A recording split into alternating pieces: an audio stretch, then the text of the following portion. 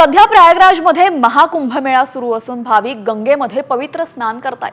अशातच गंगा नदीचं पावित्र्य आणि प्रदूषणाचा मुद्दा सुद्धा चर्चेत असतो। मात्र कोट्यावधी भाविकांनी स्नान केल्यानंतरही नदी शुद्धच आहे। गंगेच्या पाण्यामध्ये स्वतःहून शुद्ध होण्याचे गुणधर्म असतात असा दावा कोणी साधू संतांनी केला नसून निरी या संस्थेनं केलेला आहे। निरीच्या संशोधनामध्ये ही माहिती समोर आलेली आहे। गंगेमध्ये स्वतःहून शुद्ध राहण्याचे गुणधर्म असल्याचं या अहवालामध्ये दिसतंय।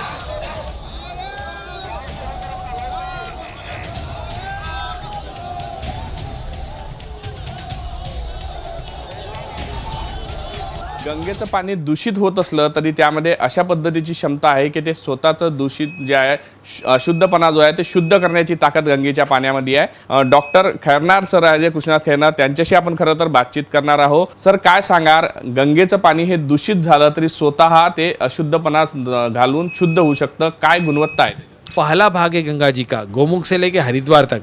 वहाँ पर गंगा जी में हमें कुछ स्पेशल प्रॉपर्टीज़ मिली है, जिनमें से पहला है डिजॉल्व ऑक्सीजन। सिर्फ डिजॉल्व ऑक्सीजन ही नहीं, इसके साथ में जैसे फाइटोकेमिकल्स है, टर्पीन फैमिली के फाइटोकेमिकल्स है जो हमें गंगा नदी में मिले हैं, जो गंगा नदी को साफ़ रखने में मदद करते हैं। और तीसरा जो सबसे ज़रूरी है वो है बैक्टीरियोफाज। बैक्टीरियोफाज वो वायरस है जो बैक्टीरिया को मारता है। ये बैक्टीरिया का नेचुरल। तर याच संदर्भातली सविस्तर माहिती आपण ग्राफिक्सच्या माध्यमातून जाणून घेऊयात। तर गंगेच्या पाण्यामध्ये विरघळलेला ऑक्सिजन इतर नद्यांच्या तुलनेमध्ये खूप जास्त आहे। गंगा हिमालयातून खूप जास्त उंचीवरून आणि अत्यंत कमी तापमानाच्या प्रदेशातून वाहते। कमी तापमानामुळे गंगेच्या पाण्यामध्ये विरघळलेल्या ऑक्सिजनचं प्रमाण हे जास्त आहे। ऑक्सिजन जास्त असल्याने पाणी शुद्धीकरणास मदत होते।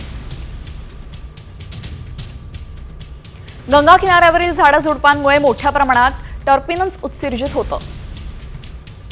टर्पिनन्सची गंगेच्या पाण्याला शुद्ध करण्यामध्ये मोठी भूमिका आहे। गंगेच्या पाण्यातील बॅक्टेरियाफोज या बॅक्टेरियाचा नैसर्गिक शत्रू आहे। गंगेच्या पाण्यातील बारीक दगडगोटे कण शुद्धीकरणामध्ये चाळणीसारखं काम करतात। तर गंगेमध्ये स्वतःहून शुद्ध होण्याचे गुणधर्म असल्याचं निरी या संस्थेच्या अहवालामध्ये समोर आलेले आहे। त्यामुळे सध्या महाकुंभमेळा सुरू आहे। कोट्यावधींच्या संख्येने या कुंभमेळ्यामध्ये स्नान केले जात आहे। मात्र गंगा नदी शुद्धच आहे।